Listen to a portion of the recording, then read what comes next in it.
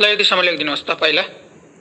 र विश्वमा योजनाबद्ध विकास क्रमको सुरुवात रुसबाट भएको थियो। विश्वको पहिलो योजना पाप्तालिका हो र यो योजनाको सुरुवात सन् 1928 मा भएको थियो। नेपालमा योजनाबद्ध विकास क्रमको सुरुवात विक्रम सम्वत 2013 सालबाट भएको थियो र नेपालमा योजनाबद्ध विकास क्रमको सुरुवात राजा महेन्द्र र प्रधानमन्त्री टङ्कप्रसाद आचार्यको पालामा भएको थियो। नेपालमा पञ्चवर्षीय योजना 11वटा र त्रिवर्षीय योजना कतिवटा रहेका छन्? 5वटा रहेका छन्। यहाँसम्म तपाईहरुले लेखिदिनुहोस् त।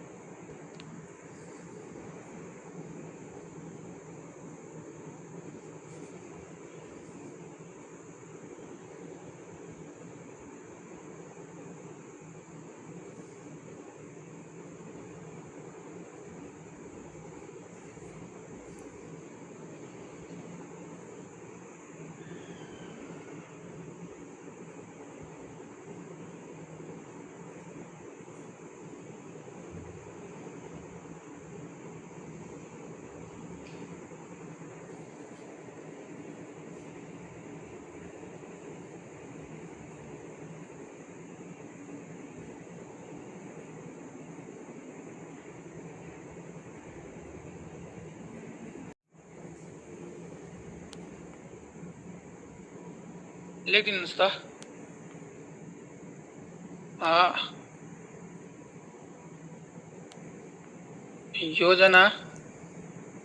योजनाविहीन वर्ष अथवा यसलाई प्लान होलिडे पनि भन्छ है। Plan holiday. योजनाविहीन वर्ष नेपालमा 2018 देखि 2019 एउटा र 2047 देखि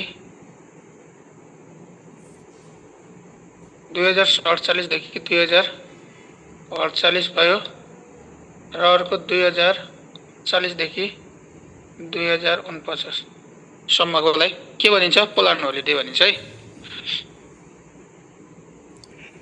त लेखिदिनु त।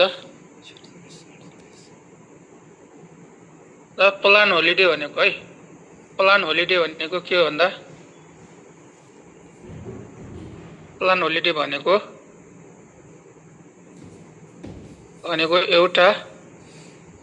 एउटा योजना है, एउटा योजना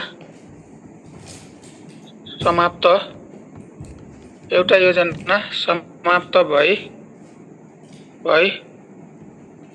अर्को योजना, एउटा योजना समाप्त भई अर्को योजना सुरु, अर्को योजना सुरु भन्दा पनि प्रारम्भ भन्ने भन्छ। अर्को योजना प्रारम्भ नहुने प्रक्रिया अर्थात्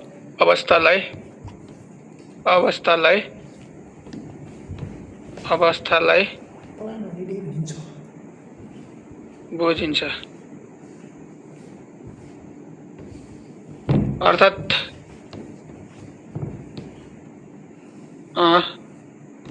तीनवटा वर्ष नेपालमा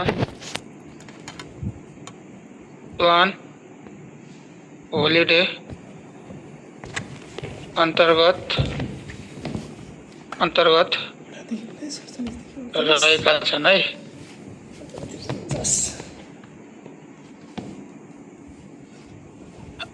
अब यहाँ सुन्नुहोस् है। 2018 देखि 2019, 2047 देखि 2048, 2048 देखि 2049 यी तीनवटा वर्षलाई नेपालमा चाहिँ प्लान होलिडेका रूपमा चाहिँ हामी के गर्छौं? चिन्ने गर्छौं। र प्लान होलिडे भनेको के हो भन्दा साथीहरु, प्लान होलिडे भनेको चाहिँ के बुझ्नु होला भने एउटा योजना समाप्त भई अर्को योजना प्रारम्भ नहुने प्रक्रियालाई के भनिन्छ? Plan holiday. नेपालमा तीनवटा वर्ष चाहिँ केका रूपमा मनाएको छ भन्दा अन्तर्गत रहेका छन्, प्लान होलिडेका अन्तर्गत रहेका छन् है। यो पनि तपाईहरुलाई इम्पोर्टेन्ट भइदिन सक्छ। ल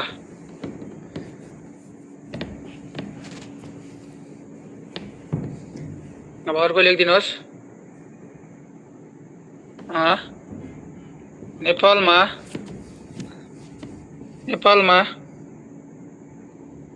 16औं योजनाको अवधि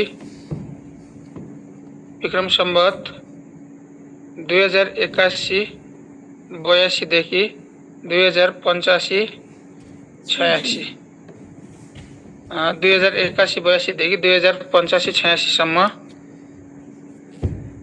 रहेको छ है। लेख्नु त। मन्त्री परिषदबाट सिफारिस कहिले भएको थियो भन्दा सिफारिस हाम्रो 2081 साल जेठ 1 गते भएको थियो है। यसका 16औं योजनाका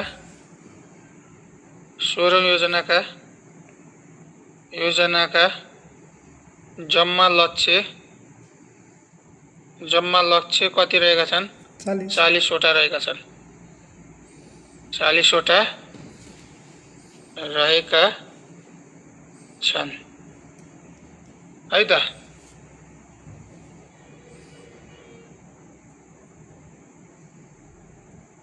वटा रहेका छन् है।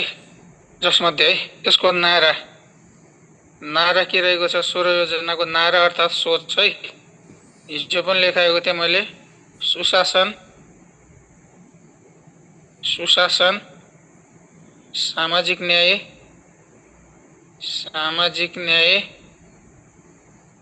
र समृद्धि। यसको के रहेको छ? नारा रहेको छ। अब अर्को लेखिदिनुहोस्। सुशासन, सामाजिक न्याय र समृद्धि रहेको छ है।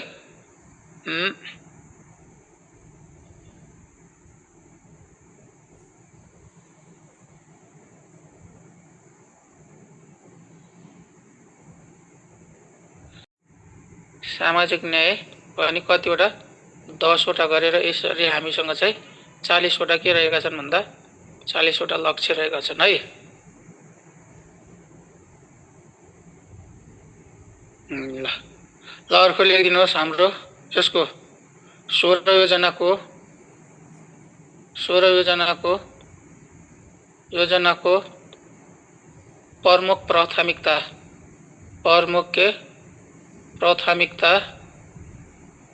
16 योजनाको प्रमुख प्राथमिकता के रहेको छ? लेखिदिनुहोस् त। डिजिटल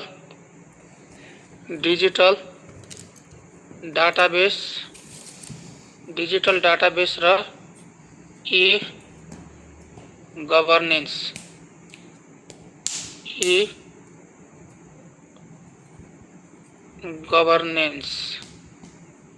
ल यहाँसम्म लेखिदिनुहोस् त तपाईहरुले है।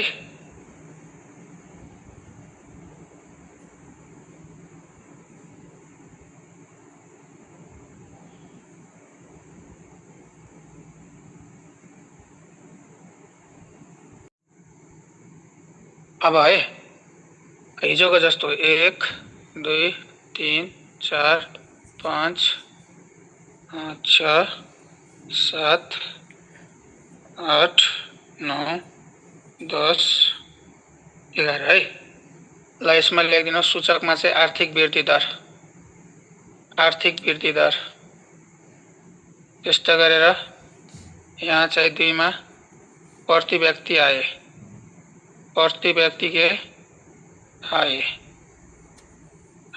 3 मा लेखिदिनुहोस्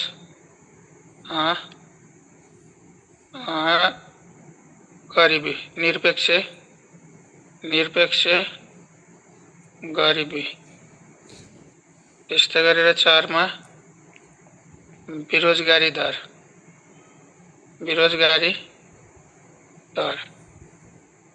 र 5 मा लेखिदिनुहोस् निरपेक्ष गरिबी बेरोजगारी दर प्रति व्यक्ति आय आर्थिक वृद्धि दर हैन। 5 मा लेखिदिनुहोस्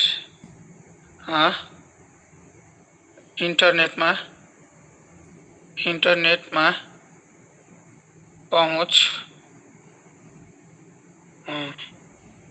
है इन्टरनेटमा के पहुँच जनसङ्ख्या है त्यस्तो गरेर 6 मा लेखिदिनुहोस् टेलिभिजनमा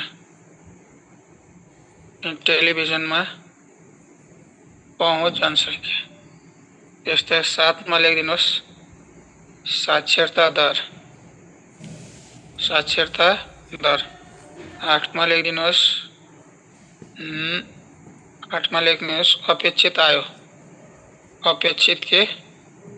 आयु कति पुर्याउने लक्ष्य राखेको छ त्यो पनि लेखिदिनु होला है।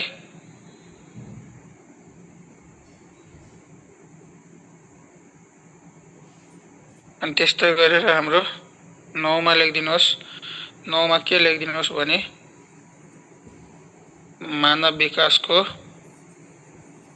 विकासको के सूचकांक है। अनि 10 मा लेखिदिनुहोस् बेरोजगारी आइसक्यो प्रति व्यक्ति आइसक्यो अनि अर्को लेखिदिनुहोस्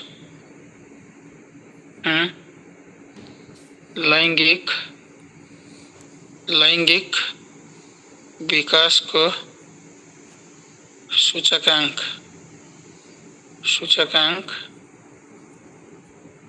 10-11 भइहाल्यो। बेरोजगारी प्रति व्यक्ति आय निरपेक्ष गरिबी बेरोजगारी दर इन्टरनेटमा पहुँच टेलिभिजन अनि त्यस्तै गरेर साक्षरता दर त्यस्तै अपेक्षित आयु मानव विकासको सूचकांक लैंगिक समानता अर्को लेख्नु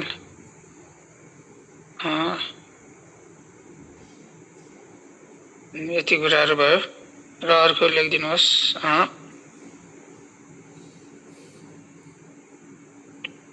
टेलिभिजन भयो हैन।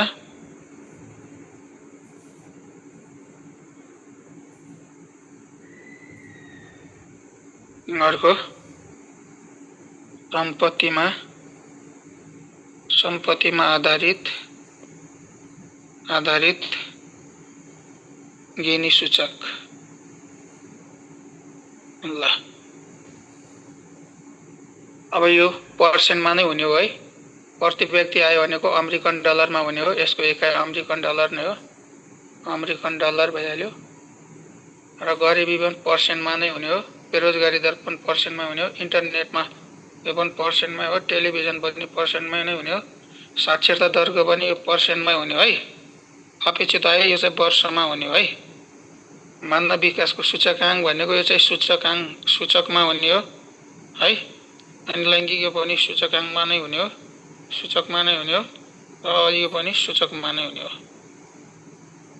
ल यतिसम्म लेखिदिनुहोस् तपाईहरु यतिसम्म लेखिदिनुहोस् त।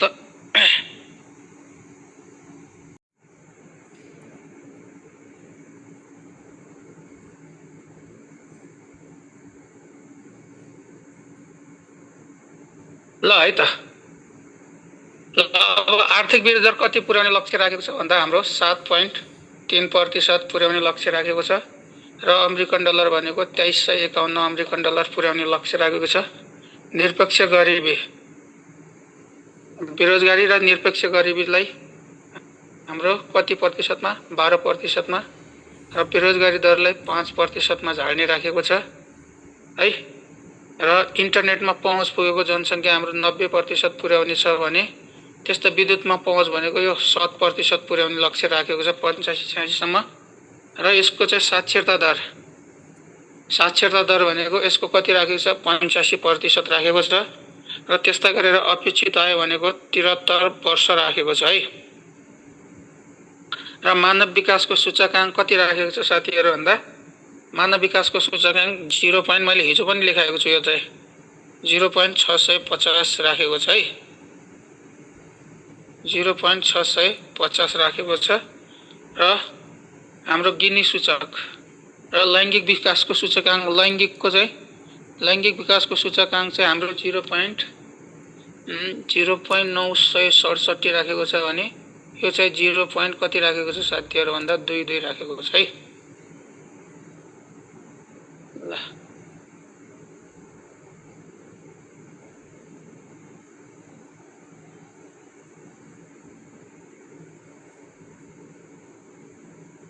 र अहिलेको आर्थिक सर्वेक्षण 2081-82 को चाहिँ नेपालको आर्थिक वृद्धि दर 4.61 रहेको छ है। तर 16औं योजनाले चाहिँ कति पुर्याउने लक्ष्य राखेको छ? आर्थिक वृद्धि दर 7.3%, प्रति व्यक्ति आय भनेको हाम्रो 2351। तर अहिले 2081-82 मा चाहिँ कति भनेको थियो? 81-82 मा चाहिँ 1517 हैन, 1517 अमेरिकन डलर भनेको थिएँ नि त। अमेरिकन डलर भनेको थिएँ, यो मैले हिजै भनेको थिएँ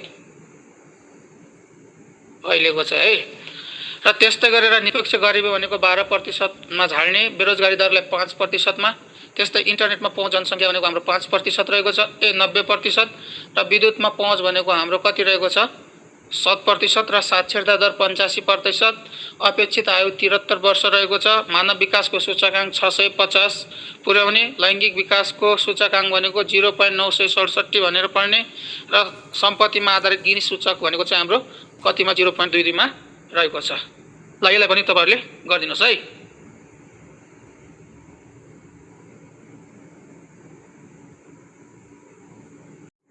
शासनको सूचकाङ्कमा हाम्रो यहाँ चाहिँ यो भनेको सूचक नै हुने भयो है। यो कति पुर्याउने? 0.80 पुर्याउने रहेको छ है। ल यति कुराहरु ध्यान दिनु होला तपाईहरुले है।